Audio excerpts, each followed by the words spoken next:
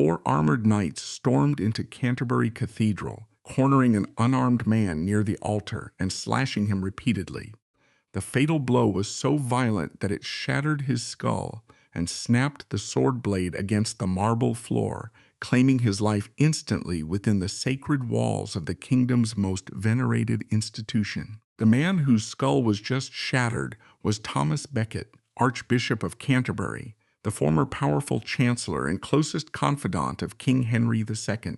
They once shared tents, drank wine together, and shared the ultimate power to rule the country.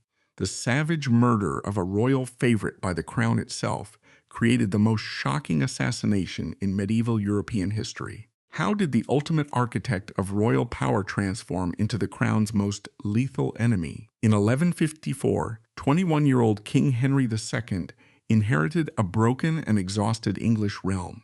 The country had just suffered through a brutal 19-year civil war known as the Anarchy. This conflict began after King Henry I died in 1135, sparking a fierce succession crisis. As Empress Matilda and Stephen of Blois fought for the throne, the centralized authority of the crown completely collapsed. For nearly 2 decades, powerful feudal lords took advantage of this missing royal authority. These barons acted as independent regional warlords instead of loyal subjects. They illegally built hundreds of heavily fortified stone castles. Operating from these new strongholds, they minted their own money and hijacked local courts. Ultimately, they ran extortion rackets against the working classes. Henry II was an exceptionally ambitious monarch with a sharp, analytical mind. He knew he had to rebuild a strong, centralized government to secure his dynasty. His main goal was to strip the regional barons of their stolen legal and military power.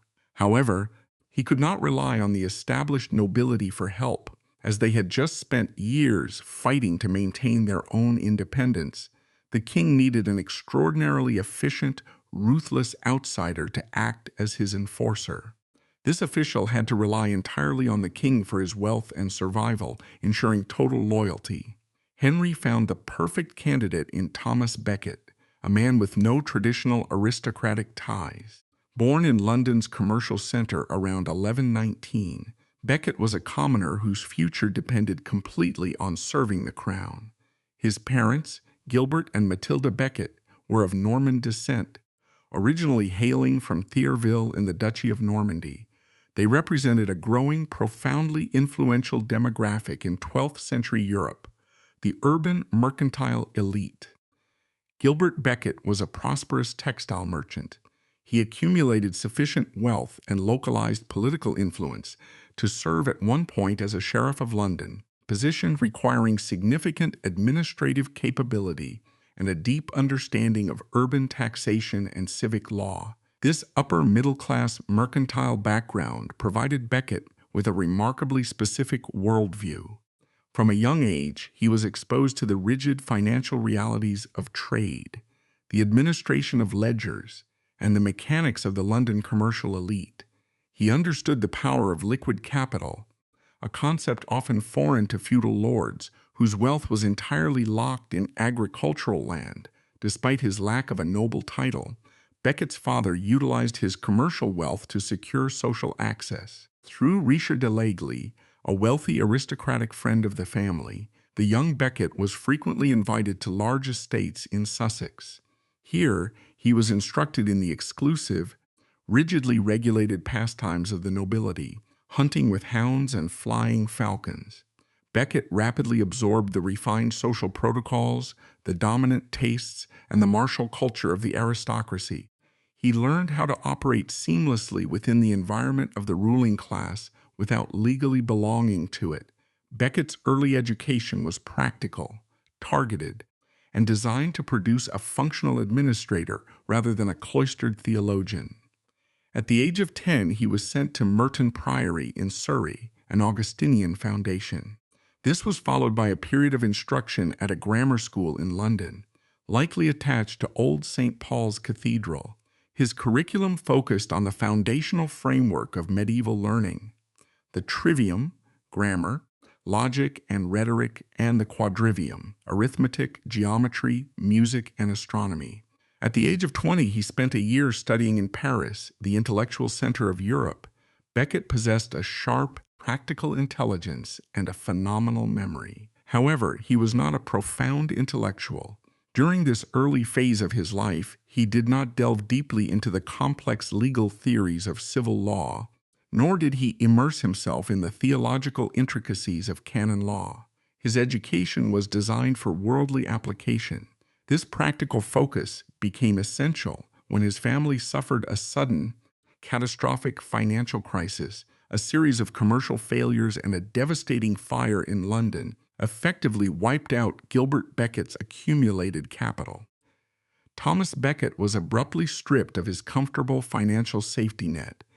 He could no longer afford the leisure of an extended education in Paris. He was forced to return to London and enter the workforce to ensure his own economic survival.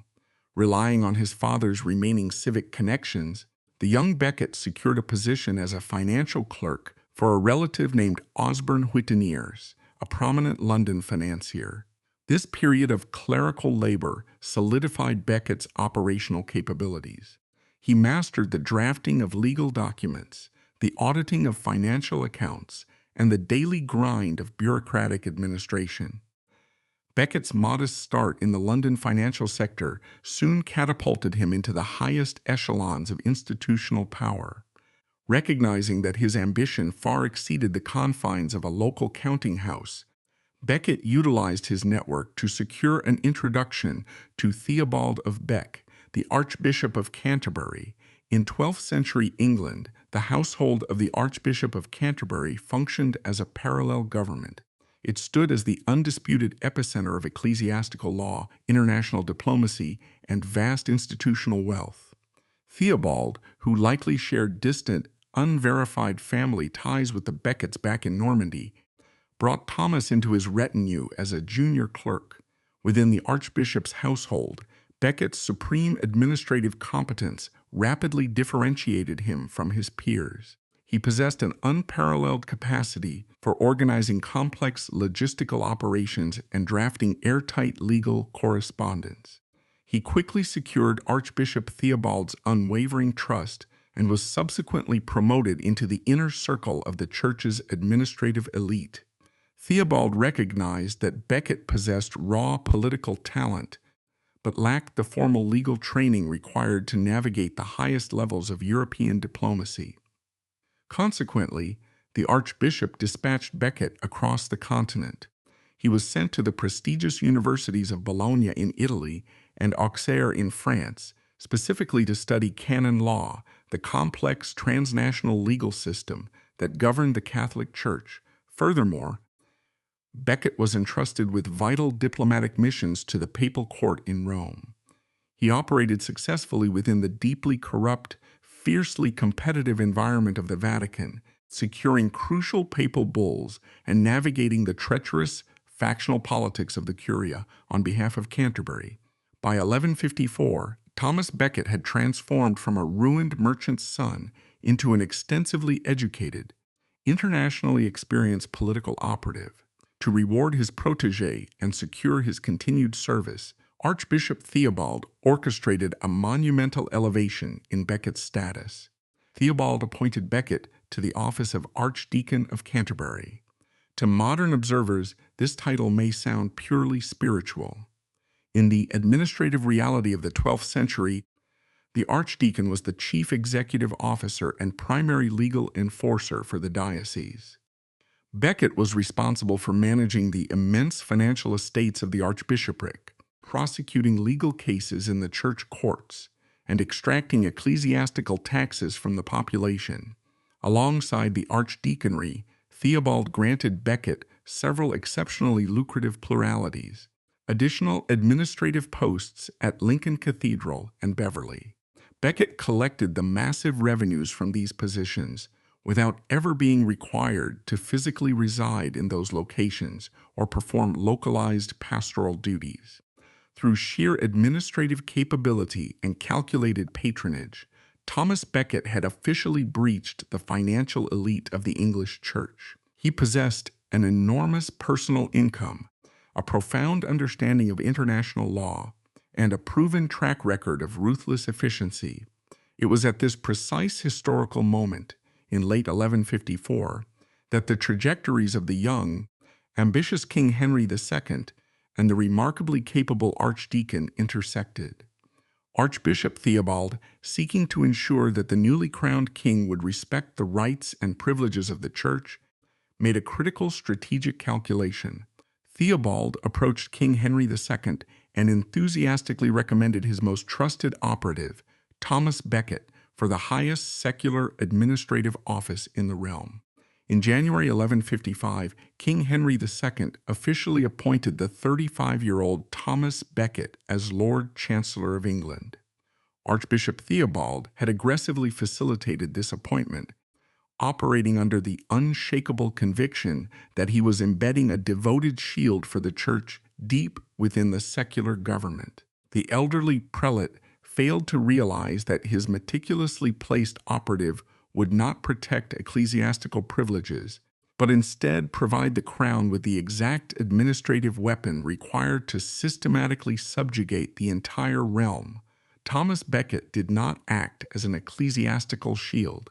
He immediately aligned his immense administrative capabilities with the boundless expansionist ambitions of the crown.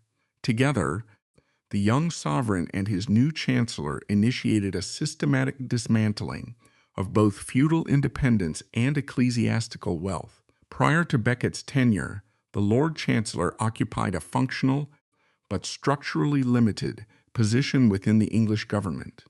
The Chancellor served primarily as the keeper of the Great Seal. He managed the royal secretariat, directed the clerks who drafted official correspondence, and oversaw the king's itinerary. He was a high-level administrator, but he was not the primary architect of state policy. Becket fundamentally redesigned the architecture of the office. He centralized disjointed departments and expanded the chancellery into the primary nervous system of English law, diplomacy, and finance. He established an incredibly efficient bureaucratic machine capable of projecting royal authority into every county in the realm. The issuance of royal writs, the legal documents that commanded sheriffs and settled land disputes, increased exponentially. By streamlining this legal apparatus, Becket ensured that the king's justice superseded the localized, corrupt courts operated by the regional barons. Establishing legal supremacy required military backing. King Henry II needed a standing army to crush any lingering aristocratic resistance left over from the anarchy. However, the traditional feudal military structure presented a severe logistical limitation. Under feudal law, barons and knights were only obligated to provide the king with 40 days of unpaid military service per year. A monarch cannot execute prolonged foreign campaigns or sustain long sieges with an army that legally dissolves after a month. Becket engineered a brutal, exceptionally effective financial solution. He systematically weaponized a previously underutilized feudal tax known as scutage, or shield money. Becket bypassed the traditional demand for physical military service. Instead, he forced both the nobility and the high clergy to pay a heavy cash equivalent directly to the crown. He standardized and relentlessly collected this tax across the kingdom. The influx of liquid capital fundamentally altered the balance of power in England. Henry and Becket utilized this vast accumulation of wealth to hire overwhelming companies of professional mercenaries from the continent. These hired soldiers possessed no ancestral ties to the English barons. They held no local political sympathies. They fought strictly for royal silver, and they remained deployed for as long as they were paid. By replacing the feudal levies with a professional standing army, Becket systematically crippled the military independence of the old nobility. The barons were forced to fund the very army the king used to subjugate them. The English nobility was not the only demographic subjected to Becket's financial extraction. Despite his status as an archdeacon and the protege of the Archbishop of Canterbury, Becket proved to be the most ruthless exploiter of ecclesiastical wealth the crown had ever deployed. Under English law, when a bishopric or a wealthy abbey fell vacant due to the death of its prelate, the revenues of those massive agricultural estates reverted to the crown until a successor was appointed. Traditionally, kings filled these vacancies quickly to maintain a working relationship with Rome. Becket recognized a tremendous revenue stream. Operating with cold pragmatism, he deliberately delayed naming replacements for vacant bishoprics. He frequently left high-ranking church seats empty for years at a time. During these prolonged vacancies, Becket funneled the immense, uncollected agricultural revenues straight from the church lands directly into the royal treasury and his own personal accounts. He diverted funds intended for the poor, for cathedral maintenance, and for the clergy, utilizing them to finance Henry's continental wars. Conservative clergymen watched in horror as their former colleague drained the church to fund the secular state. During this period, the political alliance between King Henry II and Thomas Becket evolved into an intense personal bond. They operated as a unified executive force. Historical observers noted they were practically inseparable. They hunted together in the royal forests. They played chess late into the night. They engaged in heavy drinking and shared extravagant feasts. The rigid, strictly formalized protocols that usually separated a monarch from a subject were entirely suspended in their private interactions. Contemporary chronicles record that the king would frequently ride his horse directly into the great hall of Becket's residence, vault over the table, and sit down to eat directly from the Chancellor's plate. This relationship was not built on mere affection. It was forged in the shared execution of supreme power. Henry provided the royal mandate and the dynastic legitimacy. Becket provided the logistical genius, the legal architecture, and the administrative ruthlessness required to enforce the king's will. As Chancellor, Becket accumulated staggering personal wealth. He did not hoard this capital in secret. He utilized unapologetic opulence as a prominently visible political weapon. His personal household rapidly outshone the royal court itself. Becket commanded his own private fleet of ships. He maintained a retinue of hundreds of knights, squires, and clerks, all draped in expensive, imported silks and fine furs. He deployed luxury to project an image of untouchable authority. In one documented instance, Becket paid 100 shillings for a rare dish of eels to serve at a diplomatic banquet. This sum was equivalent to the annual wages of an entire family of skilled carpenters. This calculated extravagance reached its apex during a crucial diplomatic mission in 1158. King Henry II dispatched Becket to Paris to negotiate a marital alliance between the English crown prince and the daughter of King Louis VII of France. Becket orchestrated a masterpiece of political propaganda. He intended to psychologically dominate the French court and demonstrate the vast financial supremacy of the English state. He did not travel like a standard ambassador. He crossed the Channel with a heavily armed retinue of 250 knights and retainers. The procession into Paris was designed to paralyze the observers. Becket brought 8 colossal wagons, each drawn by 5 heavy horses. These wagons were loaded with iron-bound chests of gold and silver, fine vestments, and vast quantities of premium English ale to distribute to the French populace. The logistics train included packs of purebred hunting hounds and exotic monkeys chained securely to the saddles of his war horses. When Becket finally rode into the French capital, King Louis VII was completely overshadowed in his own domain. The French citizens lined the streets, marveling at the display of wealth and asking, if this is merely the Chancellor of England, what must the king himself be like? The diplomatic objective was achieved flawlessly. Becket secured the marriage treaty, leveraging his meticulously orchestrated display of overwhelming economic dominance. Becket's utility to the crown extended far beyond financial auditing and diplomatic theater. He was an immensely capable, physically imposing combatant who operated flawlessly in a theater of war. In 1159, King Henry II launched a large-scale military expedition to claim the wealthy county of Toulouse in southern France. This was the largest military mobilization of his reign. Becket did not remain in London to manage the treasury. He personally financed and equipped a contingent of 700 mercenary knights and joined the king on the front lines, dressed in heavy chainmail armor. The Chancellor operated as a frontline cavalry commander. During the campaign, he personally led ferocious cavalry charges against French strongholds. He engaged directly in close-quarters combat, famously unseating the renowned French knight Enguerrand de Trie in a single violent clash. However, Becket's most significant contribution to the Toulouse campaign was his strategic advice. When the English army finally surrounded the city of Toulouse, King Henry II hesitated. Intelligence reached the English camp that King Louis VII of France had slipped into the city to support the defenders. Under the strict rules of 12th century feudal law, Louis VII was Henry's direct liege lord for his continental territories. Attacking a sovereign lord to whom one had sworn an oath of fealty was a profound violation of the feudal contract.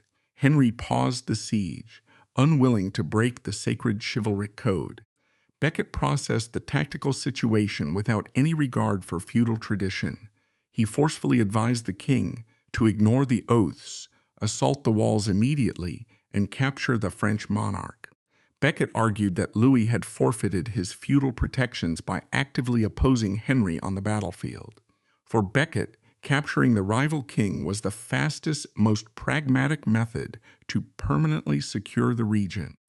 Henry, retaining a baseline respect for the feudal hierarchy, ultimately refused the Chancellor's cold-blooded advice and lifted the siege. Yet, the event perfectly demonstrated Becket's operational mindset. He was a secular pragmatist willing to discard any tradition, oath, or established law if it obstructed the immediate objectives of the state. To secure the ultimate loyalty of his Chancellor, Henry II executed a final, deeply personal transfer of trust. He entrusted the upbringing and education of his eldest surviving son and heir, the young King Henry, directly to Thomas Becket. In medieval aristocratic society, the practice of wardship was common. High-ranking nobles fostered the children of their peers to forge political alliances. By placing the crown prince in Becket's household, Henry elevated the Chancellor to the status of a surrogate royal parent. Becket approached the wardship with his standard intensity. He provided the young prince with an elite education, surrounded him with luxury, and integrated him into his massive retinue. He successfully forged a deep, enduring emotional bond with the boy. Years later, during the height of the political crisis, the young king publicly stated that he had received more genuine fatherly love and attention from the Chancellor in a single day than he had received from King Henry II in his entire life.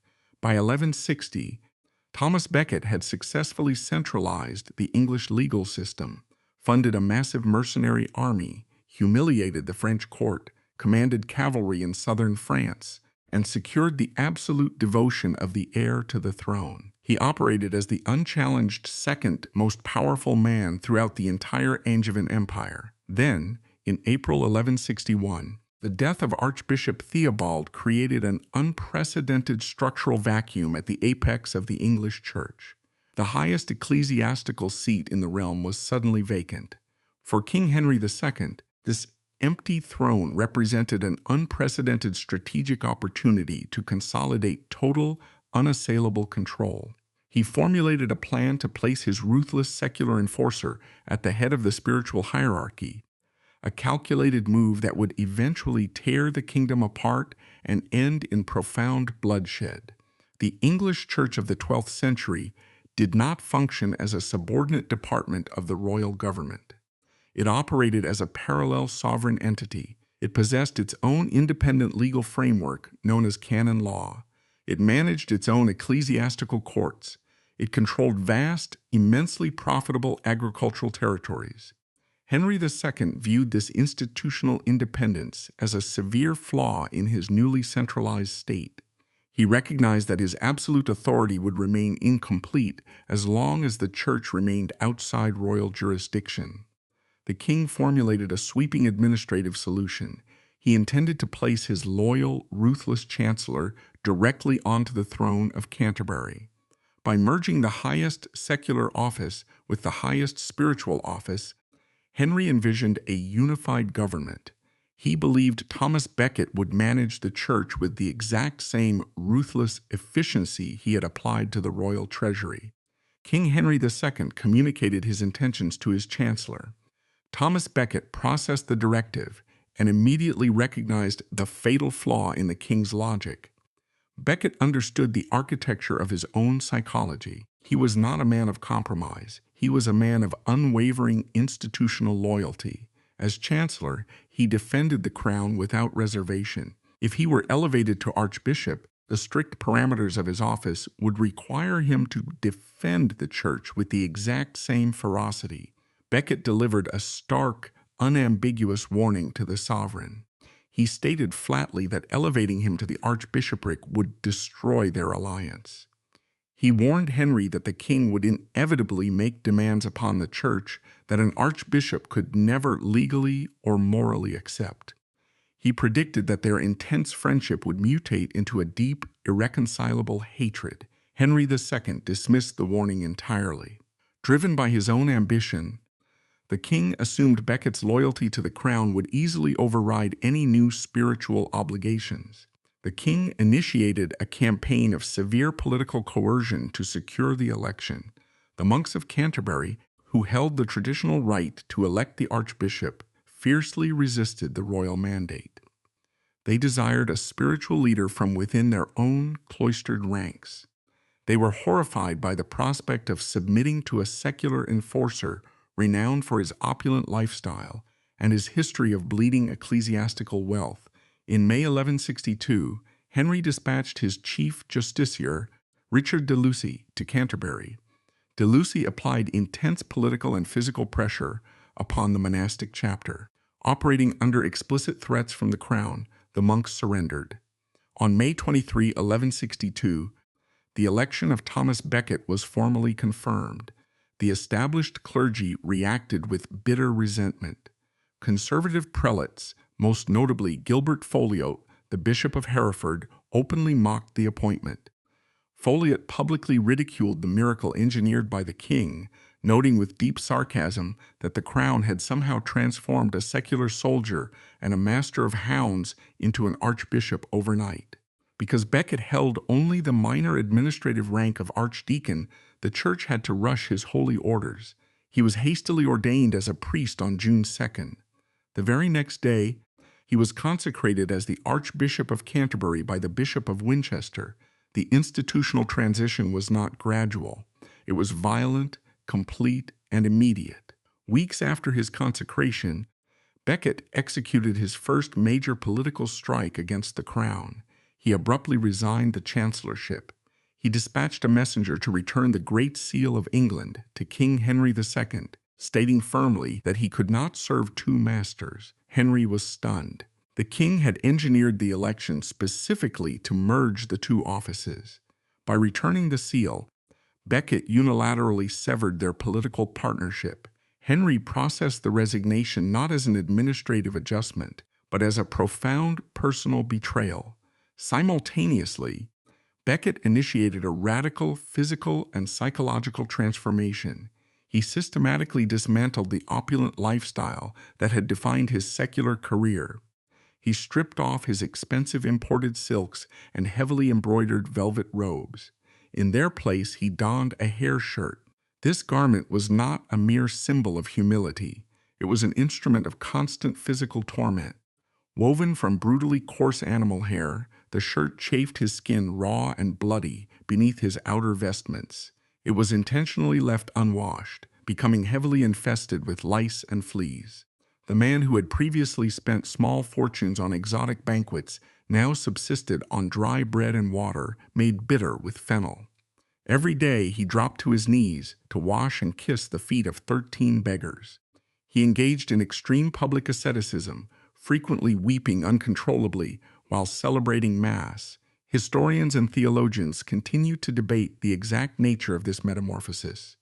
Was it a genuine, profound religious awakening, or was it an act of calculated megalomania?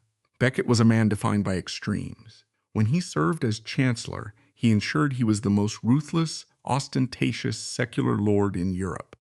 When he became Archbishop, he demanded of himself that he become the ultimate, uncompromising defender of the faith. Furthermore, Becket was an acute political strategist.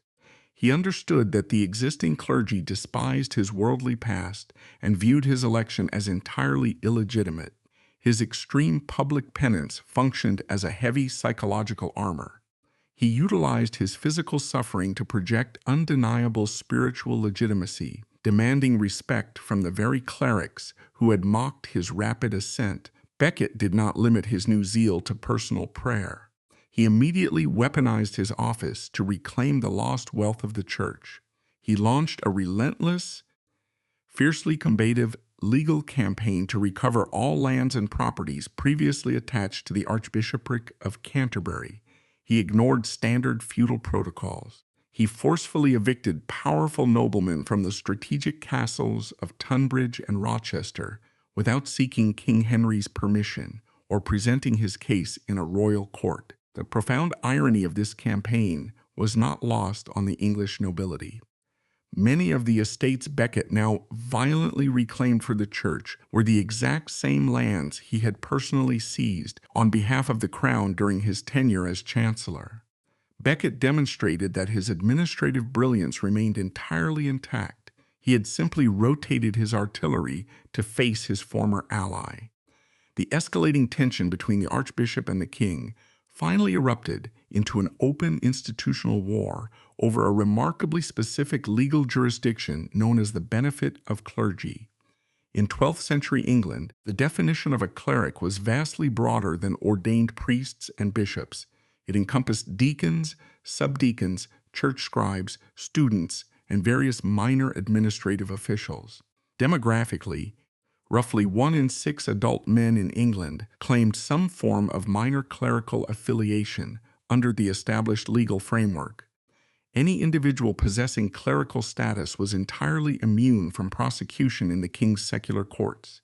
If a cleric committed a severe felony, including theft, rape, or murder, he was tried exclusively in an ecclesiastical court. This created a profound disparity in the application of justice. Secular courts utilized extreme violence to maintain order. A commoner convicted of murder faced immediate execution or severe physical mutilation. In contrast, canon law strictly forbade the spilling of blood. The strict maximum penalty an ecclesiastical court could impose for murder was defrocking, the stripping of the offender's clerical status, accompanied by public penance or localized fines. King Henry II viewed this jurisdictional loophole as a catastrophic threat to national security. He argued that the church was actively harboring murderers and protecting a vast demographic of violent criminals from royal justice. Henry demanded that the legal system be standardized. He insisted that if a cleric was found guilty and defrocked by a church court, he must then be handed over to the secular authorities to face physical punishment. Becket rejected the king's demand with categorical prejudice. Utilizing strict theological logic, Becket argued that punishing a man twice for the same crime, first by defrocking him and then by executing him, was a fundamental violation of divine law. The theoretical debate materialized into a volatile political crisis in 1163. A canon named Philip de Blois was formally accused of murdering an English knight. The local ecclesiastical court reviewed the case and acquitted him.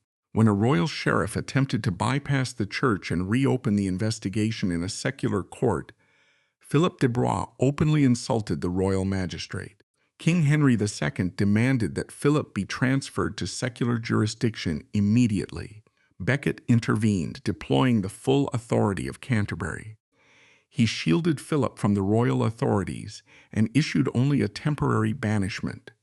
The king realized that Becket would never willingly surrender the church's legal independence. The conflict transitioned from a legal dispute into a battle for total supremacy. In October 1163, King Henry II summoned the senior clergy to the Council of Westminster. He intended to force the bishops into submission. He bypassed the specific issue of criminous clerks and demanded a broader, binding oath. He ordered the bishops to swear binding obedience to the customs of the realm, the traditional, unwritten royal prerogatives that governed England before the chaos of the anarchy. Becket recognized the trap. Acknowledging the customs of the realm would establish a legal precedent subordinating canon law to the king's authority. Operating as the leader of the clergy, Becket agreed to swear the oath, but he quietly inserted a remarkably technical, lethal caveat into the phrasing, salvo ordine nostro, saving our order. King Henry II processed the implication of the caveat and erupted into a violent rage. He stormed out of the council chamber without formally dismissing the assembly. In immediate retaliation, Henry stripped Becket of all his remaining royal manors and properties. Furthermore, he permanently removed the young king from Becket's guardianship, severing the deep emotional bond between the Archbishop and the heir to the throne. The king escalated his offensive in the winter of 1164. He summoned Becket and the bishops to a royal hunting lodge deep in the Wiltshire countryside for the Council of Clarendon. This was not a standard diplomatic negotiation. Henry designed the environment to project unrelenting physical menace. When the bishops arrived in January, they found the lodge heavily fortified. King Henry had brought dozens of armed, fiercely hostile barons into the council chambers. The king presented the clergy with a heavily formalized document known as the Constitutions of Clarendon. Henry had codified the vague customs of the realm into 16 explicit, non-negotiable statutes.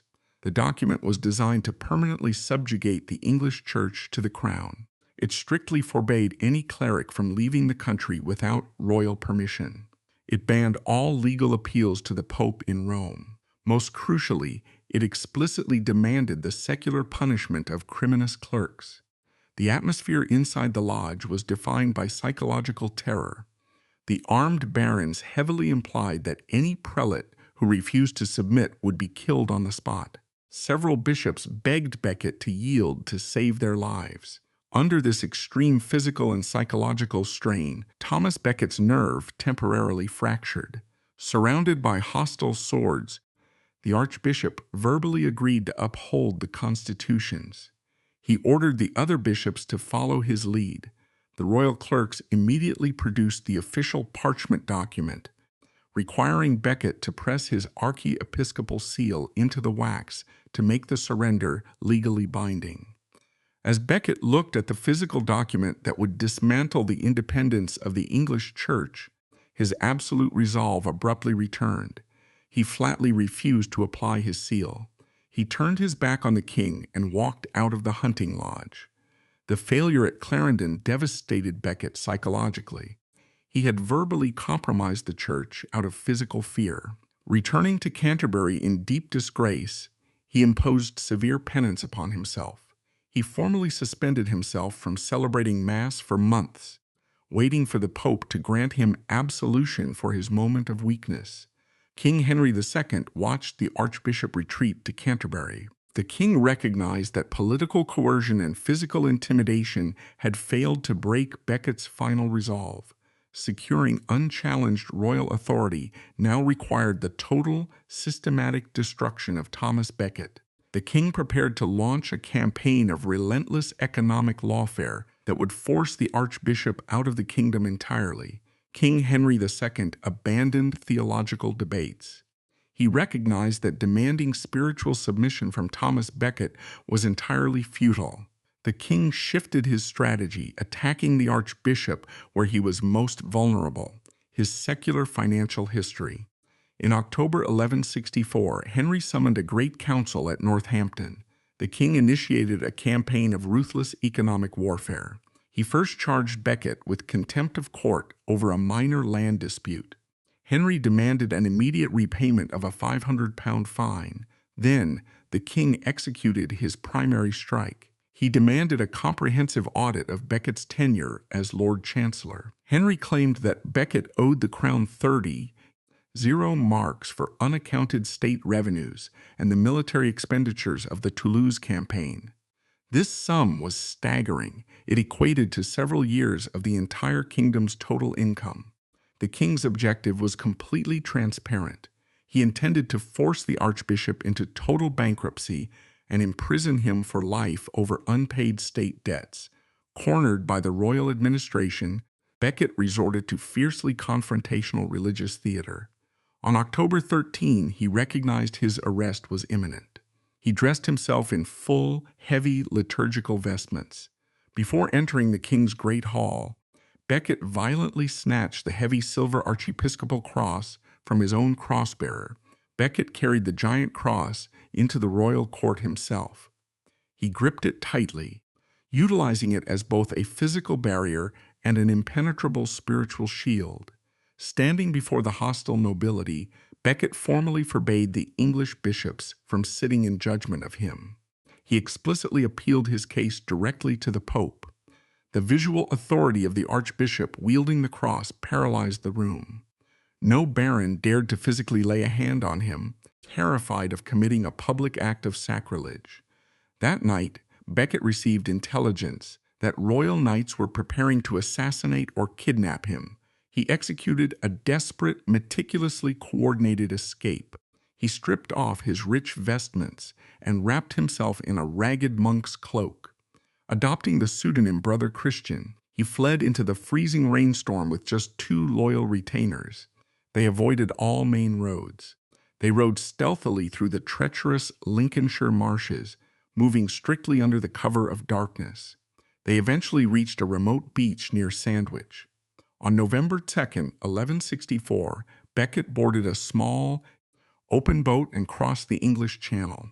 He successfully secured political asylum in France under the direct protection of King Louis VII. Henry's retaliation was swift and exceptionally cruel. The king immediately seized all the vast estates and revenues of Canterbury. He then executed a systematic and uncompromising campaign of collective punishment against the archbishop's entire operational network. Henry ordered the immediate, forced exile of approximately 400 of Becket's relatives, friends, servants, and supporters. In the dead of winter, pregnant women, the elderly, and small children were forced onto ships and dumped on the shores of Flanders and France. The crown commanded these exiles to walk directly to Pontigny Abbey, where Becket was staying. Henry designed this mass deportation to drain Becket's limited resources and break his psychological resolve through the suffering of his dependents. Later, the king threatened to confiscate all Cistercian properties in England, forcing Becket to relocate to Sens under the patronage of the French king. Becket fought back, utilizing the ultimate weapons of the church. On Pentecost in 1166, he stood before the congregation at the Abbey Church of Versailles. He mounted the pulpit and publicly nullified the constitutions of Clarendon. He then initiated the terrifying medieval ritual of bell, book, and candle.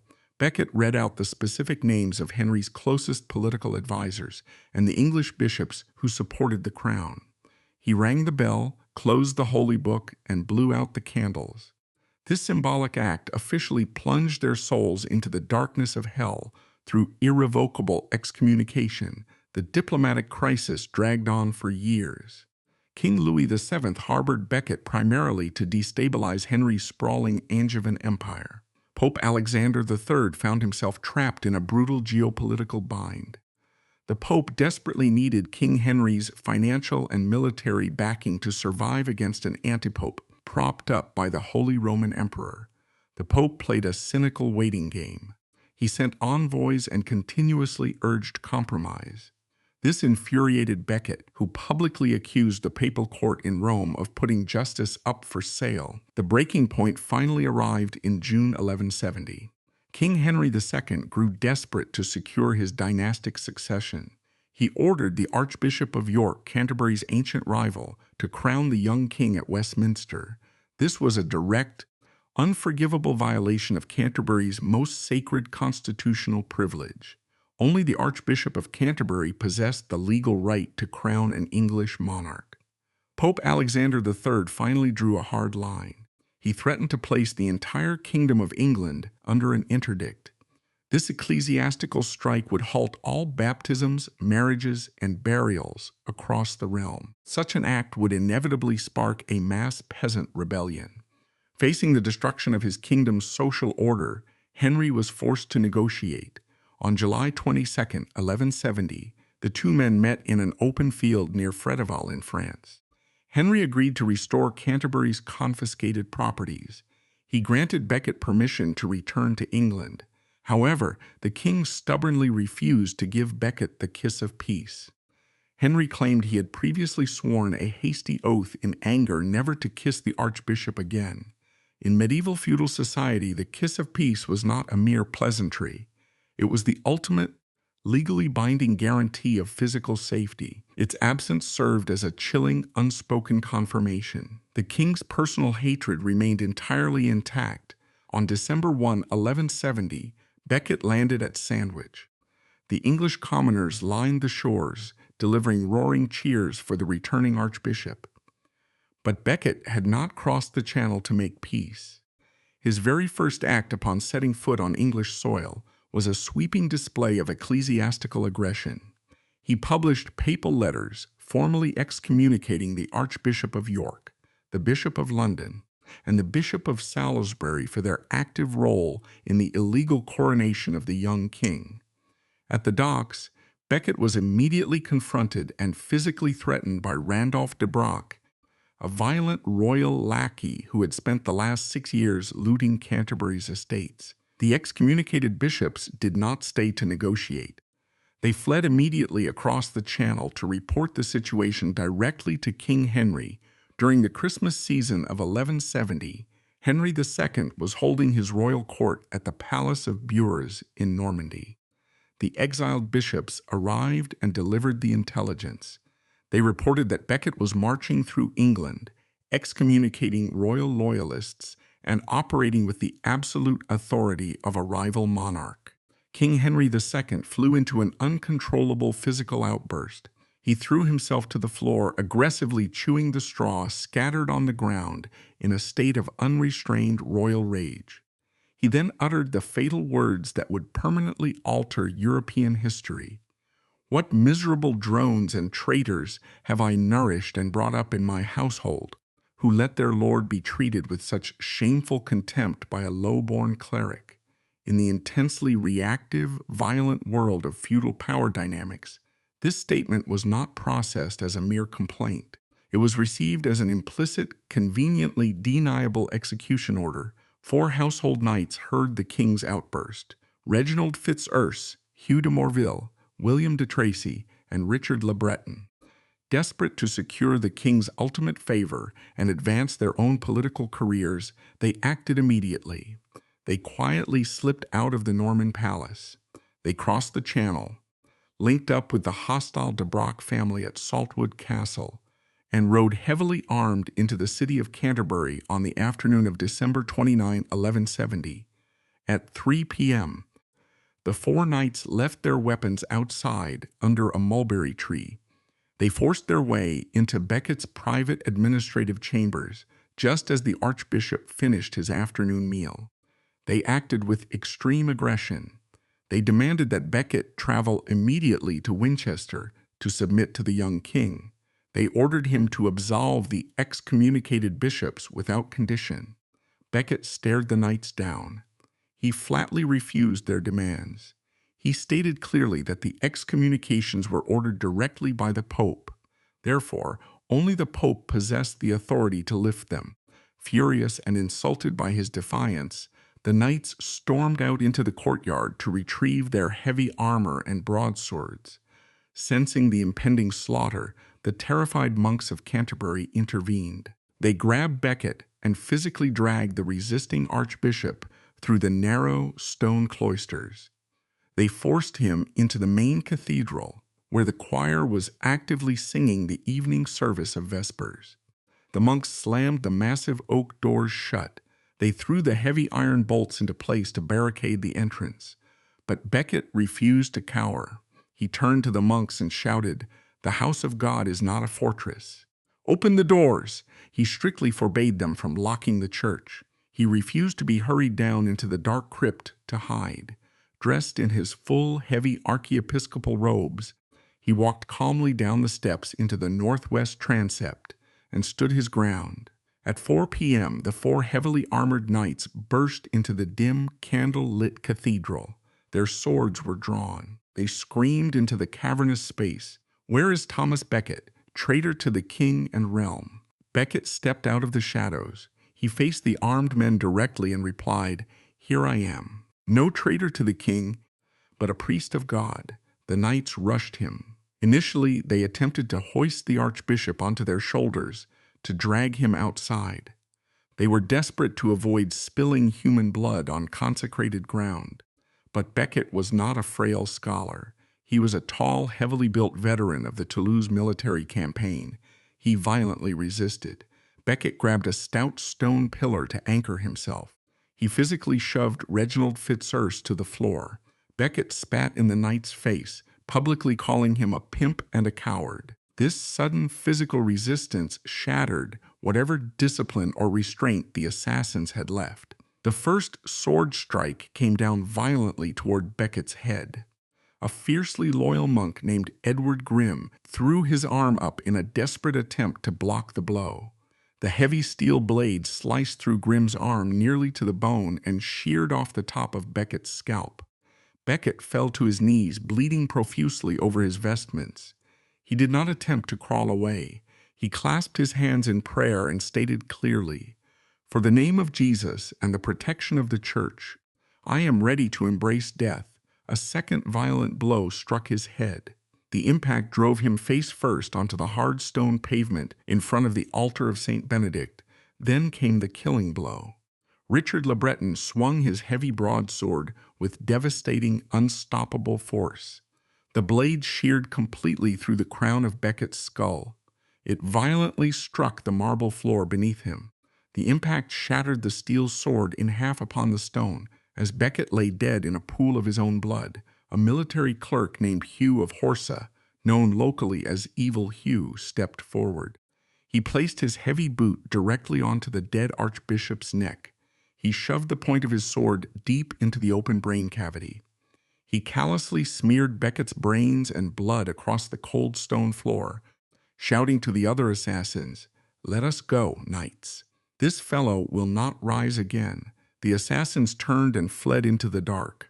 They rapidly looted Becket's private residence before riding away into the night. The assassination sent an immediate shockwave across the Christian world. Condemned by European courts and facing a widespread, kingdom-shattering rebellion led by his own family, King Henry II was cornered. To save his fracturing crown, the king was forced into an agonizing act of public humiliation. In 1174, he walked barefoot over sharp gravel and prostrated himself before Becket's tomb, allowing 80 monks to flog his bare back.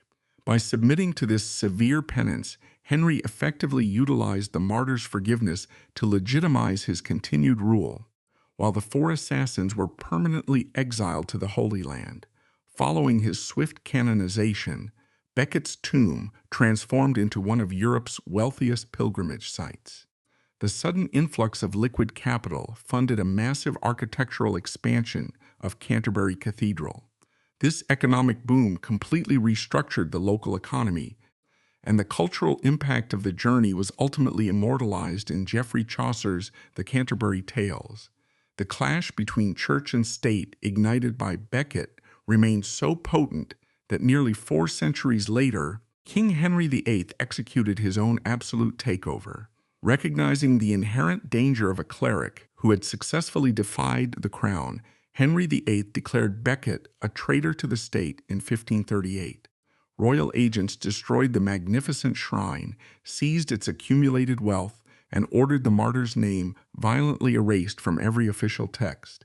Ultimately, Becket's calculated martyrdom demonstrated that even the most absolute monarchs faced rigid, unyielding limits. leaving a powerful legal and spiritual precedent that challenged the English crown for generations.